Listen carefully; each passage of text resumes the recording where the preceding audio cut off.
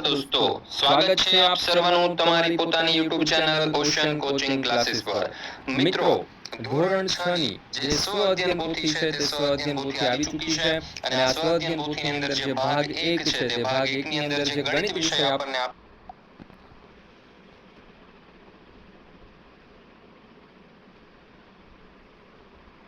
સંખ્યા પરિચયનું સંપૂર્ણ સોલ્યુશન આપણે આ વિડીયોની અંદર જોવાના છે। મિત્રો, આજે ધોરણ 6 ની જે નવી સ્વ અધ્યયન પોથી આવેલી છે એનું તમે ફોટો જે છે તે અહીંયા જોઈ શકો છો।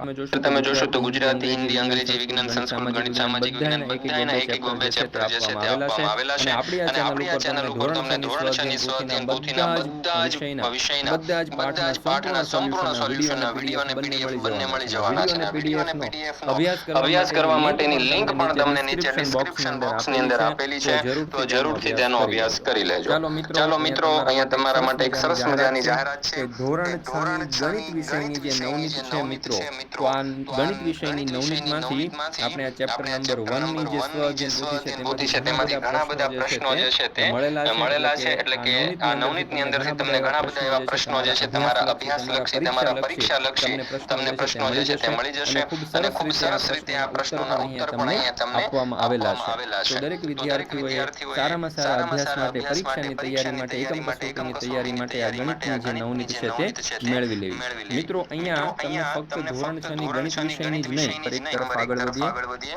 અહીંયા આપણને કહ્યું છે સંખ્યા પરિચય, એની અધ્યયન નિષ્પત્તિઓ આપેલી છે, વિષય વસ્તુના મુદ્દા છે અને પૂર્વ જ્ઞાન છે। ત્યાર પછી જોઈએ પ્રશ્ન નંબર 1, યોગ્ય વિકલ્પ પસંદ 721 માં 2 ની સ્થાન કિંમતનો ગુણાકાર શું મળે? તો અહીંયા 2 ની સ્થાન કિંમત છે ને, તો આ 2 છે એની 20 થશે અને આ 2 જે છે એની 20000 થશે। તો 20000 ગુણ્યા 20 એટલે 4 લાખ। તો જવાબ આવશે આપણો વિકલ્પ સી। ત્યાર પછી બીજું 7 અંકની સૌથી મોટી સંખ્યામાં 1 ઉમેરતા કઈ સંખ્યા મળશે? તો આપણો જવાબ આવશે 1 કરોડ। 7 અંકની સૌથી મોટી સંખ્યા કઈ થશે?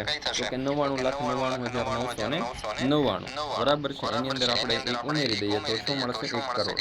ચાલો, ત્યાર પછી ત્રીજું 3 ગુણ્યા 1000 પ્લસ 7 ગુણ્યા 3 ગુણ્યા 10,000 પ્લસ 7 ગુણ્યા 1000 પ્લસ 9 ગુણ્યા 100 પ્લસ 0 ગુણ્યા 10 પ્લસ 4 એટલે કેટલા થશે? તો જવાબ આવશે વિકલ્પ સી, 37,904। ત્યાર પછી ચોથું 9,578 માટે નીચેનામાંથી શું સાચું છે? તો અહીંયા જવાબ આવશે વિકલ્પ બી, 9 ગુણ્યા 1000 પ્લસ 5 ગુણ્યા 100 પ્લસ 7 ગુણ્યા 10 પ્લસ 8 ગુણ્યા 1। અહીંયા તમે જોઈ શકો છો કે 9,578 નો આપણે વિસ્તાર કરેલો છે। ત્યાર પછી પાંચમો દાખલો, 5, 9 અને 6 અંકો વડે અને કોઈ પણ એક અંકનો 2 વખત ઉપયોગ કરી બનતી 4 અંકની મોટામાં મોટી સંખ્યા। હવે 4 અંકની મોટામાં મોટી સંખ્યા બનાવવી હોય તો આમાં 9 નો આપણે 2 વાર ઉપયોગ કરવો પડે અને તે તમે જોઈ શકો છો કે અહીંયા સંખ્યા આપણે બનાવેલી છે 9,965। એમાં તમે જોઈ શકો છો કે 100 ના સ્થાનમાં અને 1000 ના સ્થાનમાં આપણે 9 નો ઉપયોગ કરવો પડશે। ત્યાર પછી છે દાખલા નંબર 6, ભારતીય સંખ્યા લેખન પદ્ધતિ મુજબ અહીંયા જે આપણને સંખ્યા દર્શાવી છે કેમ દર્શાવી શકાય? તો જવાબ આવશે વિકલ્પ સી। અહીંયા તમે જોશો તો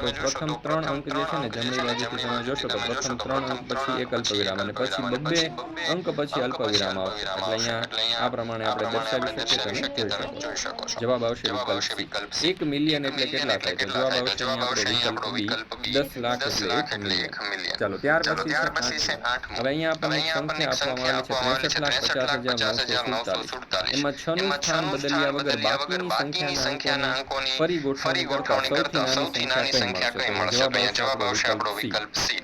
તમે જોઈ શકો છો 60,34,579। ત્યાર પછી દાખલા નંબર 9, અલગ અલગ અંકો ધરાવતી 5 અંકની સૌથી મોટી સંખ્યા। તેમાં જવાબ આવશે વિકલ્પ સી, 99,987। ત્યાર પછી 10મો દાખલો, 3 અલગ અલગ અંકો ધરાવતી 4 અંકની સૌથી નાની સંખ્યા કઈ છે? તો જવાબ આવશે વિકલ્પ ડી, 1002। ચાલો, ત્યાર પછી આપણે આગળ જોઈએ તો અહીંયા આપણને કહ્યું છે 1 લાખની પહેલાની સંખ્યા કઈ? તો જવાબ આવશે વિકલ્પ બી, 99,999। ત્યાર પછી 12મો દાખલો, 1 મિલિયનની તરત પહેલાની સંખ્યા। 1 મિલિયનની પહેલા શું આવશે? તો જવાબ આવશે વિકલ્પ બી, સોરી પછીની સંખ્યા। 1 મિલિયનની તરત પછીની સંખ્યા એટલે અહીંયા જવાબ શું આવશે? 1 મિલિયન 1 મિલિયન એટલે 10 લાખ, તો 10 લાખ 1। ચાલો, ત્યાર પછી પ્રશ્ન નંબર 2, ખાલી જગ્યા પૂરો। એમાં પહેલું એટલે કે 13મી ખાલી જગ્યા, 10 મિલિયન બરાબર 1 કરોડ અને 10 લાખ બરાબર 1 મિલિયન। 100,000 બરાબર કેટલા થશે? તો 1 લાખ। 15મો સવાલ,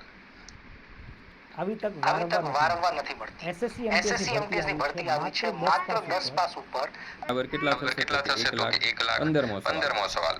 એકમમાં 5 એકમમાં આવતા 5 હોય આવતા તેવી હોય 6 તેવી 6 અંકની નાનામાં અંકની નાની સંખ્યા ખાલી જગ્યા છે. 6 અંકની અને એકમમાં 5 તો અહીંયા તમે જોઈ શકો છો કે આપણો જવાબ આવશે 1,05,000. ત્યાર પછી આપણને એક સંખ્યા આપી છે કે અહીંયા 1,06,159 ની તરત પછીની સંખ્યા તો 1,06,160. ત્યાર પછી 17મી ખાલી જગ્યા. ખાલી જગ્યા એ 3 અંકની મોટામાં મોટી સંખ્યાની તરત પછી આવતી સંખ્યા છે. તો જવાબ આવશે 1,000. 18મું ખાલી જગ્યા અંકની મોટામાં મોટી સંખ્યામાં એક ઉમેરતા 10 લાખ થાય. તો 6 અંકની મોટામાં મોટી સંખ્યામાં એક ઉમેરીએ તો 10 લાખ થશે. ત્યાર પછી પ્રશ્ન નંબર 3 સૂચના મુજબ કરો. હવે ઉત્તર અને ત્યાર પછી સંખ્યા જે છે તે નાની નાની થતી જાય. તો સૌથી મોટી સંખ્યા છે અહીંયા 25,843. એના કરતા નાની સંખ્યા છે 13,584. એના કરતા નાની સંખ્યા 8,435. એના કરતા નાની 5,348. એના કરતા નાની સંખ્યા થશે 4,835. મિત્રો ધોરણ 3 થી 8ની જે નવી સ્વ અધ્યયન પોથી આવેલી છે તે નવી સ્વ અધ્યયન પોથીના બધા જ ભાગના તમામ પાઠના સંપૂર્ણ સોલ્યુશનના વિડીયો અને પીડીએફ જે છે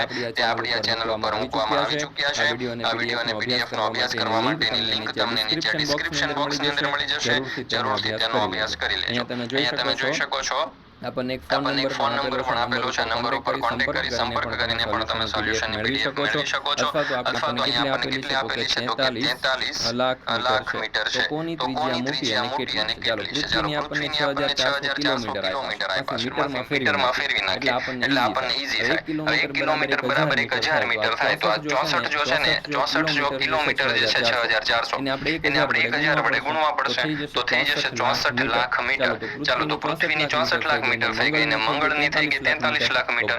તો પૃથ્વીની ત્રિજ્યા મોટી છે કેટલી? તો કે 64 લાખમાંથી 43 લાખ આપણે બાદ કરવા પડશે. તો જવાબ આવશે 21 લાખ મીટર. ત્યાર પછી 21મો સવાલ. 7 અંક